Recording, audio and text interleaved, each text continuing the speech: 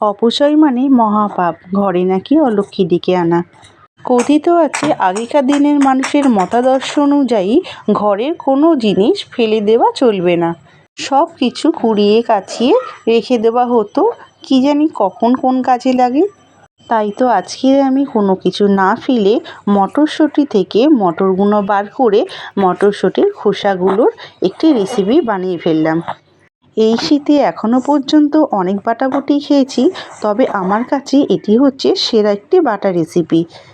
প্রথমেই মটরশুঁটি থেকে মটরগুলো আলাদা করে নিয়ে খোসাগুলো একটি পাত্রে নিয়েছি। এরপরে খোসাগুলো থেকে আঁশ আমি খুব ভালো করে ছাড়িয়ে নেব।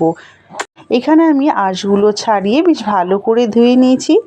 তবে যারা মটরশুঁটির আঁশ ছাড়াতে পারো না, তারা আমাকে কমেন্টের মাধ্যমে জানিও, আমি নেক্সট ভিডিওতে অবশ্যই দেখাবো।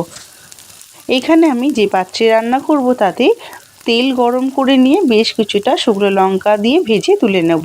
তবে আপনারা যে যেরকম ঝাল খান সেই অনুযায়ী কিন্তু শুকনো লঙ্কাটা দেবেন। এরপরে একই তেলে ফোড়নে দেবো কালো জিরে, আর নিয়েছি 18 থেকে 20টা মতন রসুনের কোয়া নিয়েছি।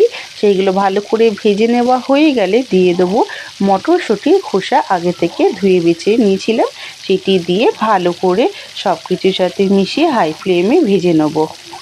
এখানে ভেজে নেওয়া হয়ে গেলে দিয়ে দেবো স্বাদ মতো নুন আর দিয়ে দেবো চিনি। ব্যাস, এখানে কিন্তু আর কোনো কিছু আমি অ্যাড করব না।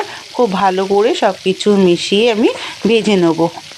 তবে এই বাটার রেসিপি যেমন সুস্বাদু তেমনই কিন্তু খুবই সহজ। আপনারা পুরো ভিডিওটা দেখতে থাকুন। ভাজা হয়ে গেছে, এরপর আমি শিলের মধ্যে নিয়েছি আর নিয়েছি শুকনো লঙ্কা যে আগের থেকে ভেজে রেখেছিলাম, সেইগুলো নিয়ে একটি মিহি পেস্ট করে নিয়েছি। তবে আপনারা যদি শিলে না বাটতে চান তাহলে মিক্সিতেও কিন্তু আপনারা বেটে নিতে পারেন, তবে শিলে বাটলে কিন্তু এর স্বাদটা দ্বিগুণ হয়।